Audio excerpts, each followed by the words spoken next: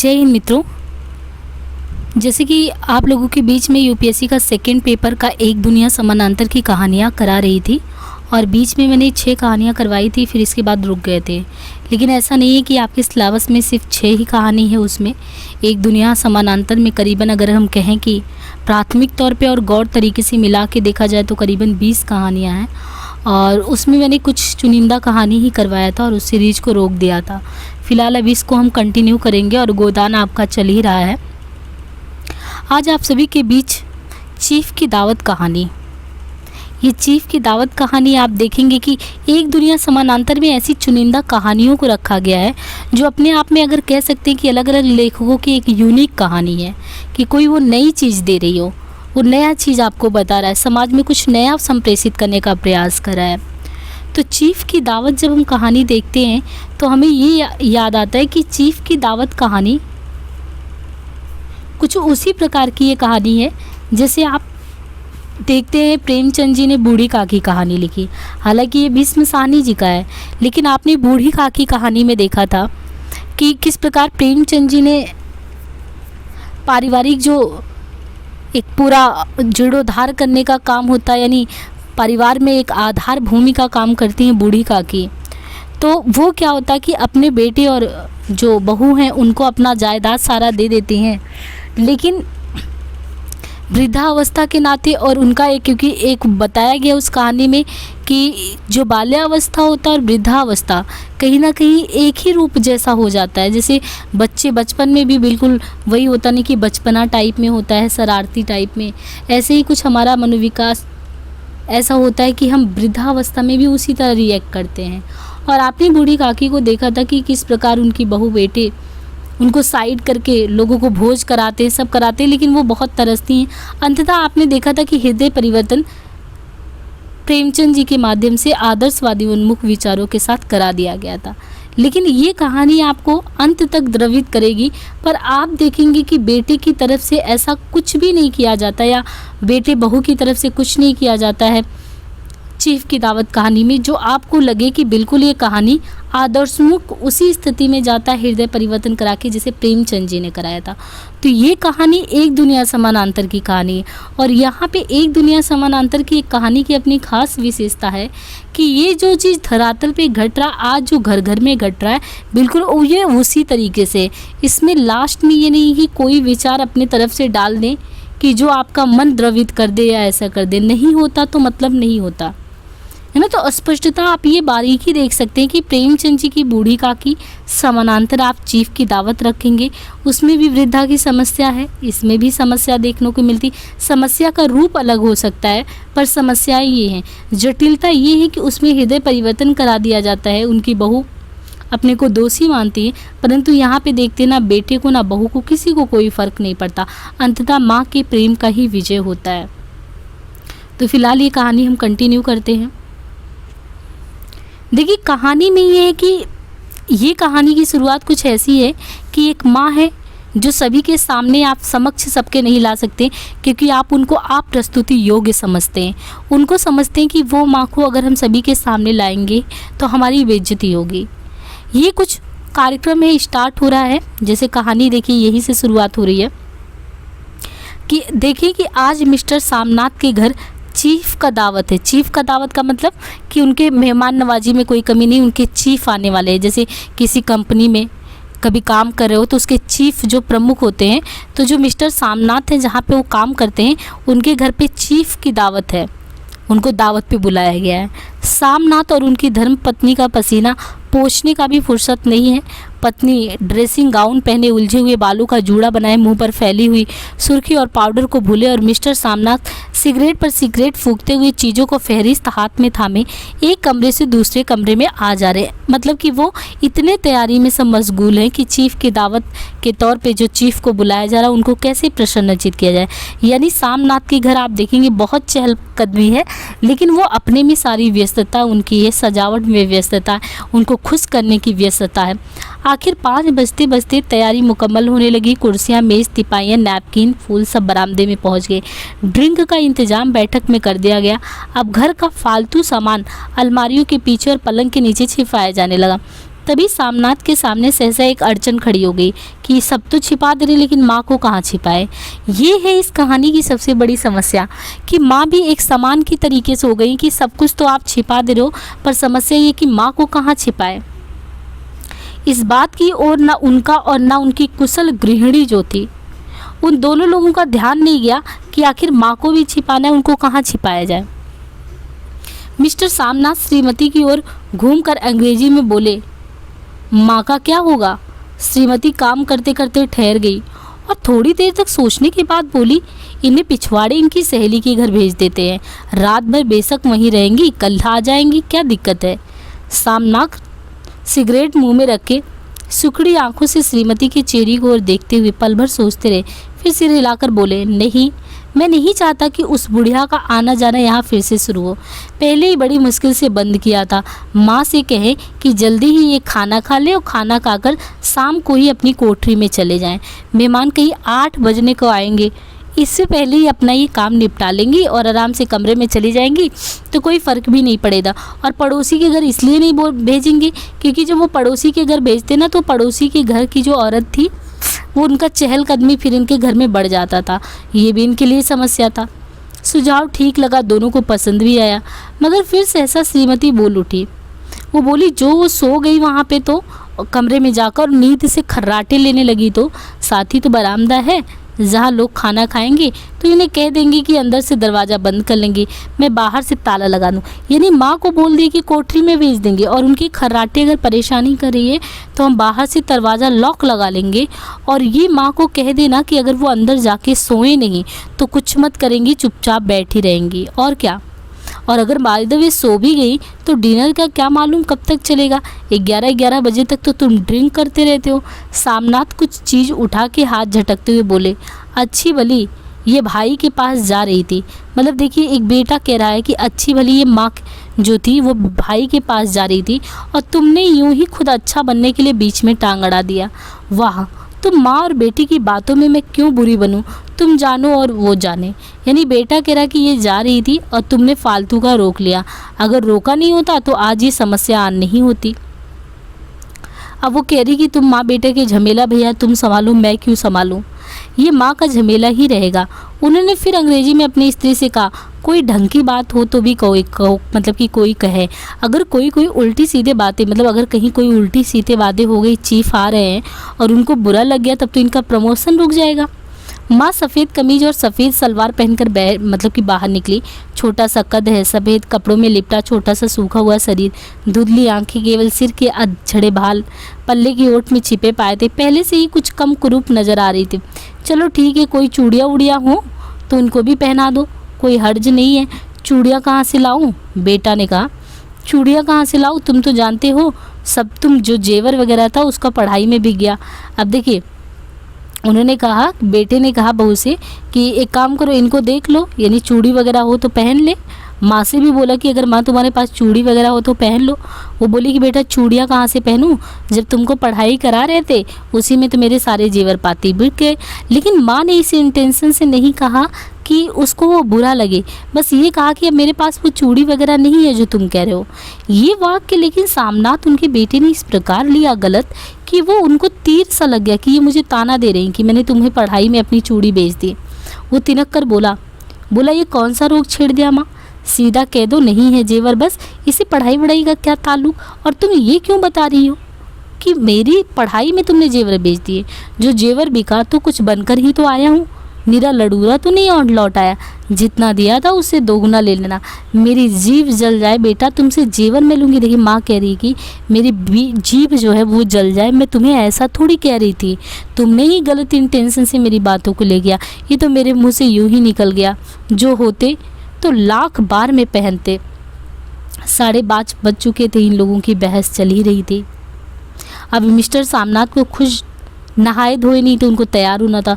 श्रीमती कब की अपने कमरे में जा चुकी थी। सामनाथ जाते हुए एक बार फिर माँ को हिदायत करते चले गए कि माँ रोज़ की तरह गुमसुम बन के नहीं बैठी रहना, अगर साहब इधर आ भी निकले ना, कोई बात पूछे तो उनसे ठीक तरीके से तुम बात करके उनको जवाब देना। तो माँ ने कहा कि देख बेटा, मैं ना पढ़ी ना लिखी, बेटा मैं क्या बात करूँगी, तुम कह देना माँ अनपढ़ है, कुछ जानती समझती नहीं, वो नहीं पूछेंगे मुझसे। 7 बजते बजते माँ का दिल धक धक करने लगा।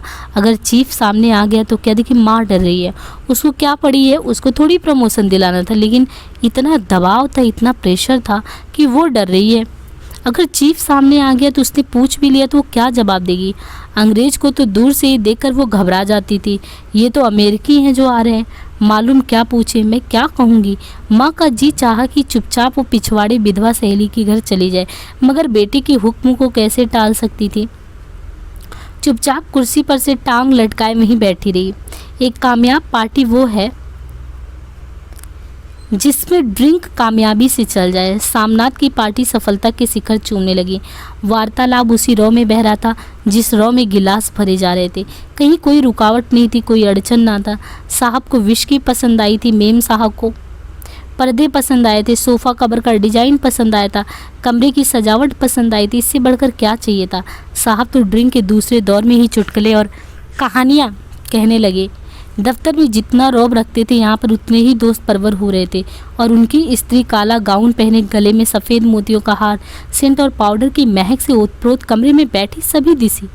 जो देसी स्त्रियां थी उनकी आराधना का केंद्र बनी हुई थी, बात बात पर हंसती थी। मतलब आप देख रहे हैं कि यहाँ पार्टी में सब मस्ती करे, सिर्फ एक अंधेरे कमरे में माँ को किनारे कर दिया गया है। और इसी रौ में पीते पिलाते 10:30 बज गए, सब मस्ती कर रहे हैं। वक्त गुजरता गया पता भी नहीं चला, और सब एकदम मतलब कि मस्त हैं पार्टी में। साहब क्या किए, अपने हाथ में माँ का हाथ पकड़े, अब भी पकड़े हुए थे। साहब अपने हाथ में माँ का हाथ अब भी पकड़े हुए थे। मतलब ये देखिए कि ये जो सारी पार्टी वगैरह चल रही थी, आप देखिए कि लगातार ये आप देखेंगे कि तो इनकी पार्टी है ना, इनका अगर देखें तो लगातार पार्टी वगैरह चल ही रही थी। जब हमने देखा कि आखिर शाम के बज गए, ये आए सारे, मतलब जो भी इनके यहाँ के मेहमान थे वो सब आए, और आने के बाद आपने देखा हाँ, ये पहले तैयारी करते करते इन लोगों ने बैठा दिया कि बना दिया कि कौन कहाँ बैठेगा, कौन किस तरीके से घूमेगा, कपड़े कौन से पहनने हैं। ये सारे लोगों ने, श्रीमती ने देखा कि कौन सी साड़ी पहननी है, सभी लोगों ने अच्छे से डिस्कशन कर लिया। फिर ये हुआ कि जब पार्टी में आ गए साहब, तो साहब के आने के बाद पार्टी में ये हुआ कि चलो ठीक है, अब साहब जी आ गए हैं तो एक कामयाब पार्टी की जाए। और वाकई में ये लोग कामयाब पार्टी करने में भी वो रहते हैं कि हाँ, जिस तरीके से सोचा था उसमें ये लग गए। आखिर सब लोग क्या किए, अपने अपने गिलासों में आखिरी घूंट पीकर खाना खाने के लिए उठे और बैठक से बाहर निकले। लेकिन आप देखते कि आगे आगे सामनाथ रास्ता दिखा रहे थे कि साहब जी चलिए, साहब जी चलिए। लेकिन आप देखिए कि जब वो आगे आगे रास्ता दिखा रहे हैं कि आप चलिए, तो पीछे चीफ और दूसरे मेहमान भी आ रहे हैं। मतलब वो आगे रास्ता दिखा रहे हैं, पीछे चीफ और दूसरे मेहमान जो है वो सब भी आ रहे हैं। अब बरामदे में पहुंचते ही सामना सहसा ठिठक गए। जो दृश्य उन्होंने देखा उससे उनकी टांगें लड़खड़ा गई और क्षण भर में सारा नशा हिरन होने लगा। बरामदे में एन कोठरी के बाहर तो माँ बैठी है। अब तो ये ठिठक गए कि अब क्या होगा, क्योंकि माँ यहाँ पे बैठी है, और माँ बैठी है तो बात होगी तो होगी कैसे। और वो भी माँ बैठी ही नहीं है, सिर्फ वो लगातार खर्राटे भी ले रही हैं, और खर्राटों की आवाज़ थी लगातार आ रही थी। जब सिर कुछ देर के लिए टेढ़ा होकर एक तरफ को थम जाता तो खर्राटे भी गहरे हो जाते थे, और फिर जब झटके से नींद टूटती तो फिर दाएं बाएं झूलने लगता। पल्ला सिर पर से खिसक गया था।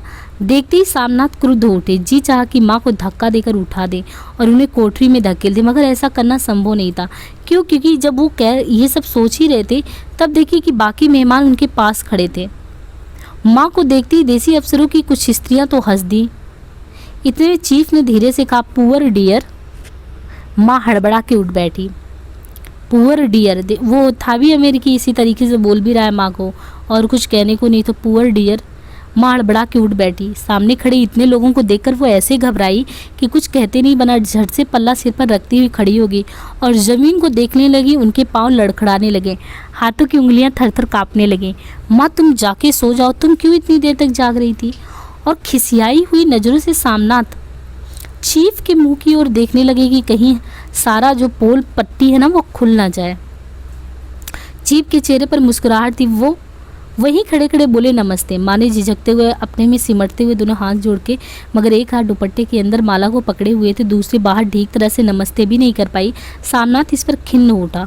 उतने में चीफ ने अपना दायां हाथ मिलाने के लिए माँ की तरफ आगे किया। माँ और भी घबरा उठी। माँ हाथ मिलाओ। बेटा कहता है कि माँ हाथ मिलाओ। जब उनके चीफ मिलाने के लिए आगे बढ़ाते तो बोलती कि तुम भी हाथ मिला लो माँ। दाएं हाथ में तो माला थी। घबराहट में माँ ने बायां हाथ से ही दाएं हाथ से ही मिला लिया। सामनाथ दिल ही दिल में जल उठे। देसी अफसरों की स्त्रियां खिलखिला पड़ी। वो तो बस खिलखिला ही रही थी। यूं नहीं माँ, तुम तो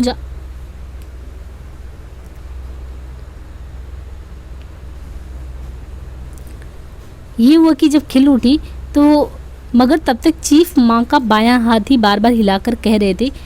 वो कह रहे थे माँ को, मतलब हाथ हिलाकर कह रहे थे हाउ डू यू डू। तो मतलब हाउ डू यू डू कह रहे थे वो। कहो माँ मैं ठीक हूँ, खैरियत से हूँ, बेटा सिखा रहा था। माँ कुछ कुछ बड़बड़ाई। माँ कहती थी मैं ठीक हूँ। कहो माँ। वो फिर से करेगी हाँ कहो माँ हाउ डू यू डू। फिर माँ धीरे से सकुचाते हुए बोली कि हाँ हाउ डू डू।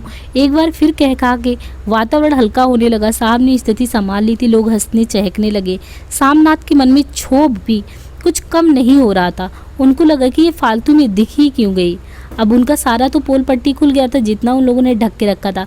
साहब अपने हाथ में माँ का हाथ अब भी पकड़े हुए थे और माँ सिकुड़ी जा रही थी। साहब के मुंह से शराब की बू आ रही थी। सामनाथ अंग्रेजी में बोले, मेरी माँ गांव की रहने वाली है, उम्र भर गांव में रही, इसलिए आपसे लजाती है। साहब इस पर खुश नजर आए। बोले सच? मुझे गांव के लोग बहुत पसंद है। तब तो तुम्हारी माँ गांव के गीत और नाच भी जानती होंगी। चीफ खुशी से सिर हिलाते हुए माँ को टिकटकी बांधे देखने लगे। माँ साहब कहते हैं कोई गाना सुना दो, कोई पुराना गीत, तुम्हें तो कितनी ही यादें होंगी, मतलब गीत वगैरह। माँ धीरे से बोली, मैं क्या गाऊंगी बेटा, मैंने कब गाया, मतलब क्वेश्चन मार्क की कब गाया। वाह माँ, मेहमान का कहा भी कोई टालता है क्या? साहब ने इतनी रीझ से कहा है, नहीं गाओगी तो साहब बुरा मान जाएंगे। तो उन्होंने कहा मैं क्या गाऊँ बेटा, मुझे क्या आता है। उन्होंने कहा नहीं, वह कोई टप्पे सुना दो, दो पतरा अनारा दे, ऐसा कोई गाना। देसी अफसर और उनकी स्त्रियों ने इस सुझाव पर तालियां पीटी। माँ कभी दीन दृष्टि से बेटी के चेहरे को देखती, कभी पास खड़ी बहू के चेहरे को। इतने में बेटे ने गंभीर आदेश भरे लहजे में कहा, माँ। इसके बाद हाँ या ना का सवाल ही नहीं उठता था। माँ बैठ गई और छीड़ दुर्बल लरजती आवाज में एक पुराना विवाह का गीत था वही गाने लगी। हरिया ने माए हरिया ने भेड़े, हरिया ते भागी भरिया है। ऐसा करके वो गाने लगे। देसी स्त्रियाँ इसी पे खिलखिलाकर हंसने लगी। एक तरीके से देखिए कि बेइज्जती ही कर रही थी कुछ। 3 पंक्ति ही गाई थी कि वो चुप हो गई। बरामदा तालियों से गूंज उठा। साहब तालियां पीटना बंद ही न करते थे। सामनाहत की खींच जो थी वो प्रसन्नता और गर्व में हो गई कि चलो कम से कम ये गाना तो गा दिया। माँ ने पार्टी में नया रंग भर दिया था। तालियां थमने पर साहब बोले, पंजाब के गांव की दस्तकारी क्या है? सामनाथ खुशी में झूम रहे थे। बोले वो बहुत कुछ साहब, मैं आपको एक सेट उन चीज़ का भेंट करूँगा। आप उन्हें देख कर क्या होगा कि खुश हो जाओगे। उन चीज़ों का एक चीज़ जो मतलब वहाँ पे पसंद है, बहुत फेमस है, उसका मैं भेंट करूँगा। मगर साहब ने सिर हिलाकर अंग्रेजी में फिर पूछा, नहीं मैं दुकानों की चीज़ नहीं मांगता। पंजाबियों के घर में क्या बनता है, औरतें खुद क्या बनाती हैं?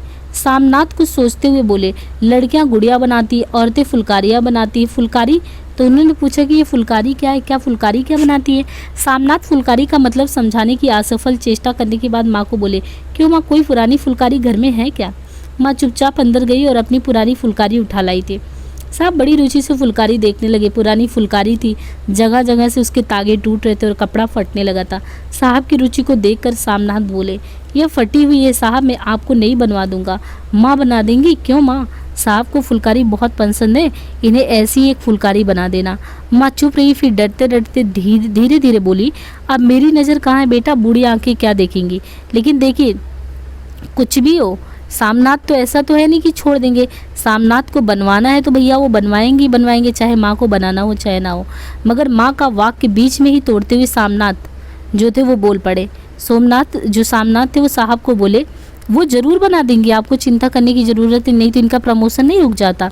बोले नहीं ना, चिंता मत करिए, वो बना देंगी, तो वो ज़रूर बना देंगी, आप उसे देखकर बहुत खुश होंगे। साहब ने सिर हिलाया, धन्यवाद किया और हल्के हल्के झूमते हुए खाने की मेज की ओर बढ़ गए। बाकी मेहमान भी उनके पीछे पीछे हो लिए। जब मेहमान बैठ गए और माँ पर से सबकी आंखें हट गई तो माँ धीरे से कुर्सी पर से उठी और सबसे नज़र बचाती हुई अपनी कोठरी में चली गई। मगर कोठरी में बैठने के देर तक उनकी आंखों से लगातार छलछल आंसू बह रहे थे। वे दुपट्टे से बार बार उन्हें पोंछती, वो बार बार उमड़ आते जैसे वर्षों का बांध तोड़कर उमड़ आए हों। उनको अंदर से बहुत फील हुआ कि मतलब एक तरीके से उनकी वहाँ पर सरेआम बेइज्जती हुई है। माँ ने बहुतेरे दिल को समझाया, हाथ जोड़े भगवान का नाम लिया। बेटे की फिर भी चिरायु होने की प्रार्थना की, बार बार आंखें बंद की, मगर आंसू के बरसात जो थे वो थमने का नाम ही नहीं ले रहे थे। आधी रात का वक्त हुआ करीब। मेहमान ये सब जो आए थे वो खाना खाकर निकल चुके थे, एक एक करके सब जा चुके थे। माँ दीवार से सटकर बैठी, आंखें फाड़े दीवार को देखे जा रही थी। घर के वातावरण में तनाव ढीला पड़ चुका था। मोहल्ले की निस्तब्धता सामनाथ के घर पे भी छा चुकी थी। केवल रसोई में प्लेटों के खनखनों की आवाज़ आ रही थी। तभी सहसा माँ की कोठरी का दरवाज़ा जोर से खटकने लगा। माँ दरवाज़ा खोलो। माँ का दिल बैठ गया, हड़बड़ा कर उठ बैठी। क्या मुझसे फिर कोई भूल हो गई क्या बेटा? वो इतनी डर गई थी कि फिर से उन्हें लगा कोई भूल हो गई। माँ कितनी देर से अपने आप को कोस रही थी। क्यों उन्हें नींद आ गई? क्यों वो उगने लगी? क्या बेटे ने अभी तक क्षमा नहीं किया? माँ उठी और कांपते हाथों से दरवाज़ा खोला। दरवाज़ा खुलते ही सामना झुकते हुए आगे बढ़े और माँ को आलिंगन में भर लिया। ओ अम्मी, तुमने तो आज रंग ही ला दिया। साहब तुमसे इतना खुश हुआ, क्या कहूँ। ओ अम्मी, वो बार बार क्योंकि उनकी फुलकारी और उनकी उससे उनका साहब खुश हुआ था। माँ की छोटी सी काया सिमट कर बेटी के आलिंगन में छिप गई।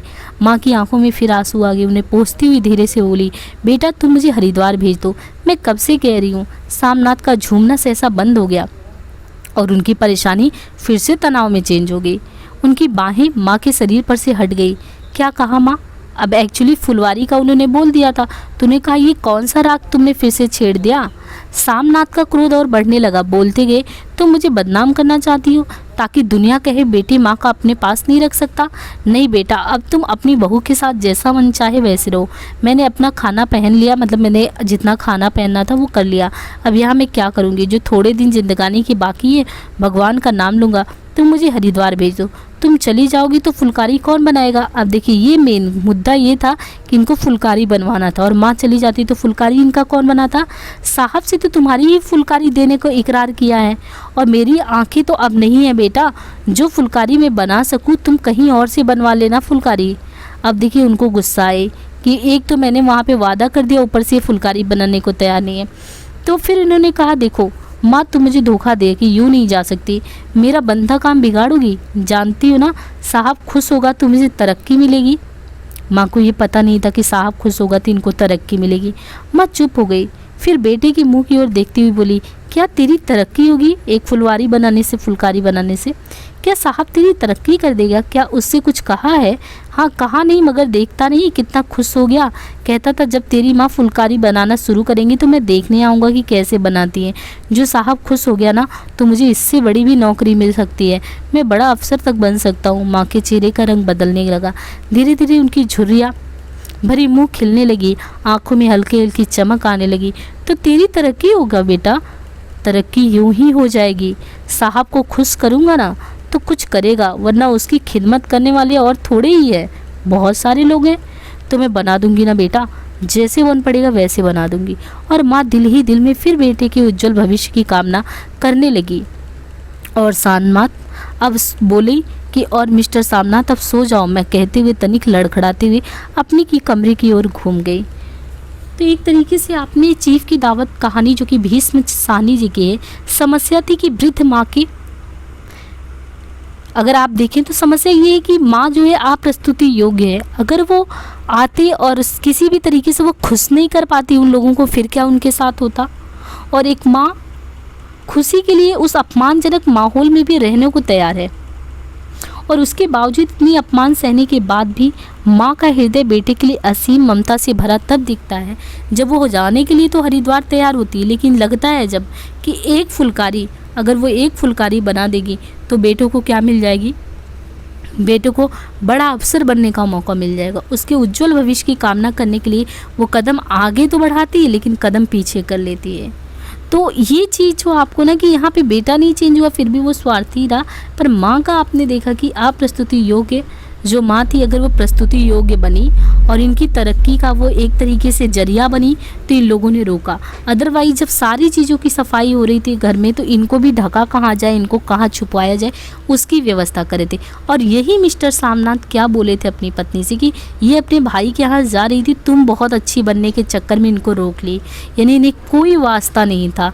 बाद में भी इनकी स्वार्थीपना दिखती है। और आज ये चीज़ समस्या आपको एक दुनिया समानांतर, ये वास्तविक समस्या है। ये चीज़ आप देख सकते हैं कि जो रियल अब कहानियाँ जो लिखी जा रही हैं या एक दुनिया समानांतर की, आप मान के चलो कि जो आपकी नई दौर की कहानियाँ ना, वो जो नई कहानियाँ वो आदर्शतम कहानी नहीं बताती, जो यथार्थ है, जो कटुता है, जो समाज में घटित हो रही है, वही कहानियाँ इस कहानी में परिलक्षित होती हैं। तो इस कहानी के माध्यम से आपको वही चीज़ देखने को मिलता है। चीफ की दावत कहानी अपने आप में बहुत ही क्रांतिकारी कहानी है और बिल्कुल यथार्थ चीज़ों को इसने बिना लीपापोती के एकदम स्पष्ट रूप में आपके सामने रखा है और यूपीएससी से इसे क्वेश्चन भी बनते हैं।